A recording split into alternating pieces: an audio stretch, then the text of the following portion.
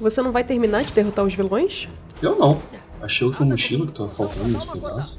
Mas e os vilões? Ah, toda hora aparece vilão. Derrota ele depois.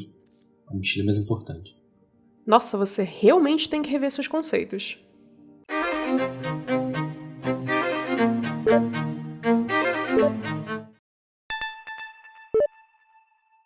Você já passou horas e horas tentando completar a sua Pokédex? E a cada geração nova começou tudo de novo? Já pegou as 120 estrelas do Super Mario do Nintendo 64? E os 900 Koroks de Zelda Breath of the Wild? Eu nem terminei o jogo.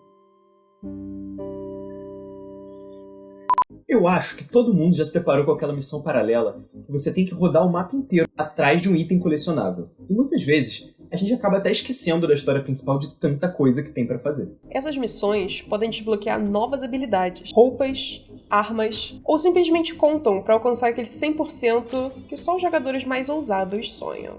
São os famosos colecionáveis, que podem vir em todas as formas. Esses colecionáveis não necessariamente vão aumentar a sua pontuação no jogo ou te dar algum bônus. Algumas vezes, eles podem funcionar como uma chave para você ter um entendimento um pouquinho melhor sobre a história do jogo. Ou apenas para você jogar na cara de seus amigos que você é melhor do que eles.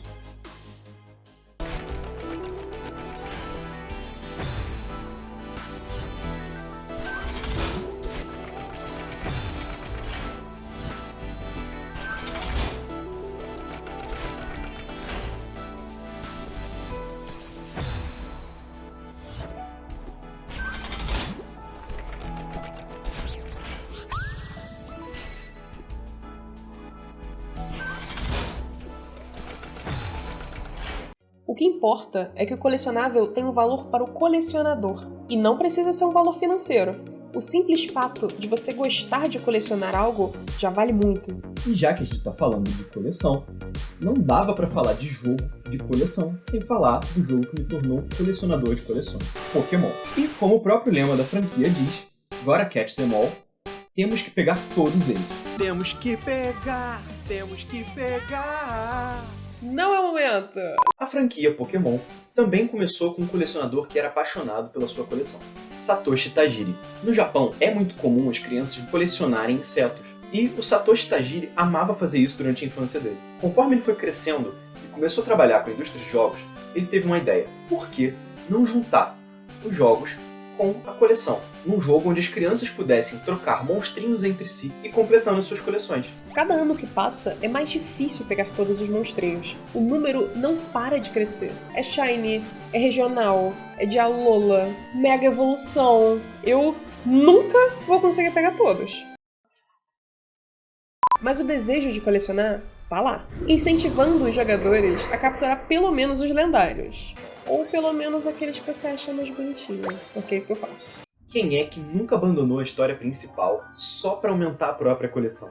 Viu um brilho diferente em um pedaço do mapa e voltou tudo só para ir conferir o que era? Ou morreu naquela batalha com o guardião cristalizado do Pico do Cristal de Hollow Knight. Você tava chegando lá, tinha um banquinho e ele surge como se não tivesse nada pra fazer. Você ganha dele, tem que enfrentar ele de novo, só pra pegar um fragmento de máscara. Por quê? Quero completar 100% do jogo.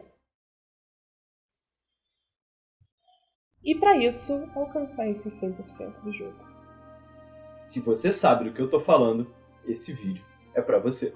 Ah, mas Rodrigo, eu não ligo pra completar o jogo 100%. Ou pegar todos os colecionáveis do jogo. Quantos jogos eu não zerei em 100%? Isso é perda de tempo. Mas você tem que ver a minha estante cheia de jogo. Eu tenho esses amigos também. Eles sim ajudam no jogo. Esse vídeo é pra você também.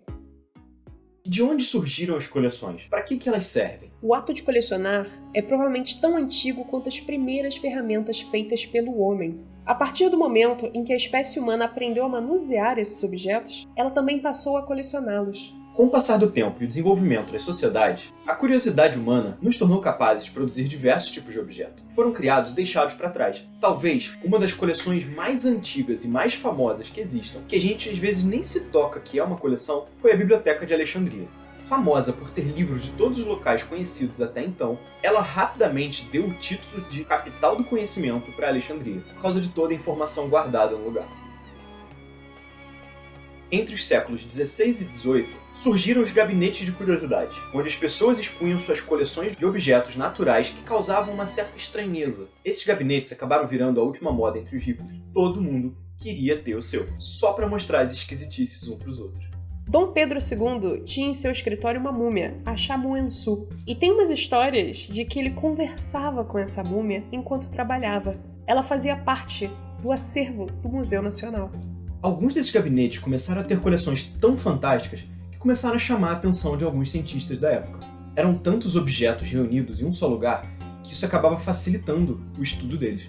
Esses gabinetes de curiosidade dividiam seus objetos em 4 classificações. Artificialia, objetos criados pelas mãos dos homens, como antiguidades e obras de arte. Naturalia, onde se reuniam os seres vivos mais comuns e alguns objetos naturais, como penas, peles, pelos e alguns outros apêndices curiosos. Exótica, animais e plantas de outros continentes, considerados exóticos para eles. Científica, que eram todos os instrumentos científicos da época. Esses gabinetes de curiosidade são considerados por muitos os precursores dos museus atuais, desde os de arte até os de história natural. A vontade de colecionar e acumular não é de hoje, e é por isso que os colecionáveis em jogos chamam tanto a nossa atenção. Mas e na ciência? Existem colecionáveis? Para que eles servem? Onde habitam?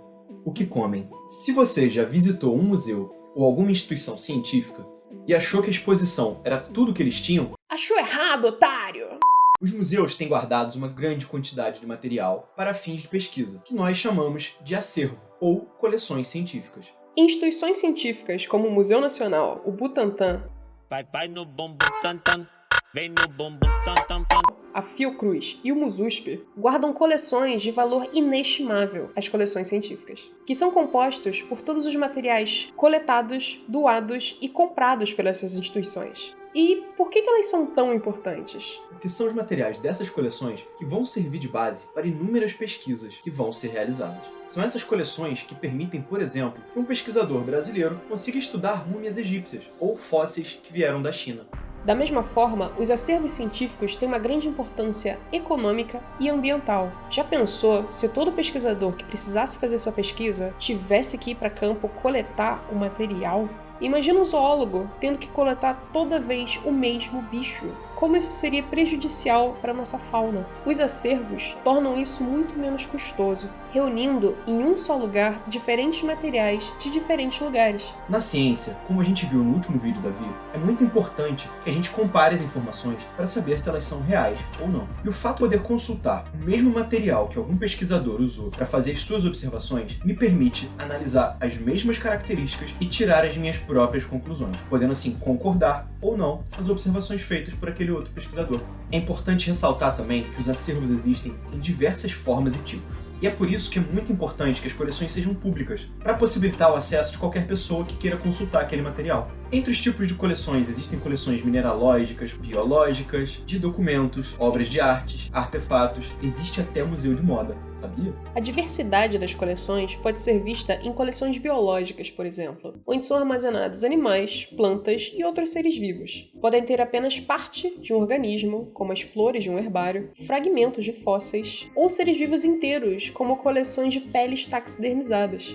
em meio líquido, formol, ou só os esqueletos. Lembra da Confidente de Dom Pedro II? Hoje em dia, com a ajuda da tecnologia, conseguimos digitalizar esse acervo, através de fotografias e scanners 3D. Todas essas coleções têm um valor inestimável. Algumas têm séculos de história, e com informações que não são importantes só a nível regional ou nacional, mas importantes para a comunidade científica do mundo inteiro. E se esse museu arquivar qualquer tipo de holótipo, então? Mas peraí, você sabe o que é um holótipo? Os holótipos também são chamados de espécie-tipo.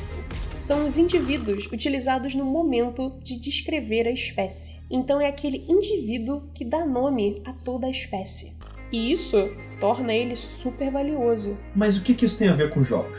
Você quer um exemplo melhor do que a Pokédex? Ela é uma coleção científica, onde você tem que coletar todos os espécimes para conseguir os dados sobre eles e juntá-los em um só lugar, uma coleção. A parte que você ganha dinheiro e fama botando os bichos para brigar, você releva. A Lara Croft está sempre procurando algum artefato em algum país que não é dela. E coletando e levando para o seu país. Não seja Lara Croft. Vocês lembram do Homem-Aranha lá no começo do vídeo? Aquelas mochilas que a gente coleciona no jogo são itens com memórias afetivas do Peter Parker. E essas memórias tornam esses colecionáveis muito mais interessantes. E a mesma coisa acontece na ciência. As coleções, na maior parte das vezes, carregam muito mais do que apenas conhecimento. Nós colecionamos sentimentos, memórias.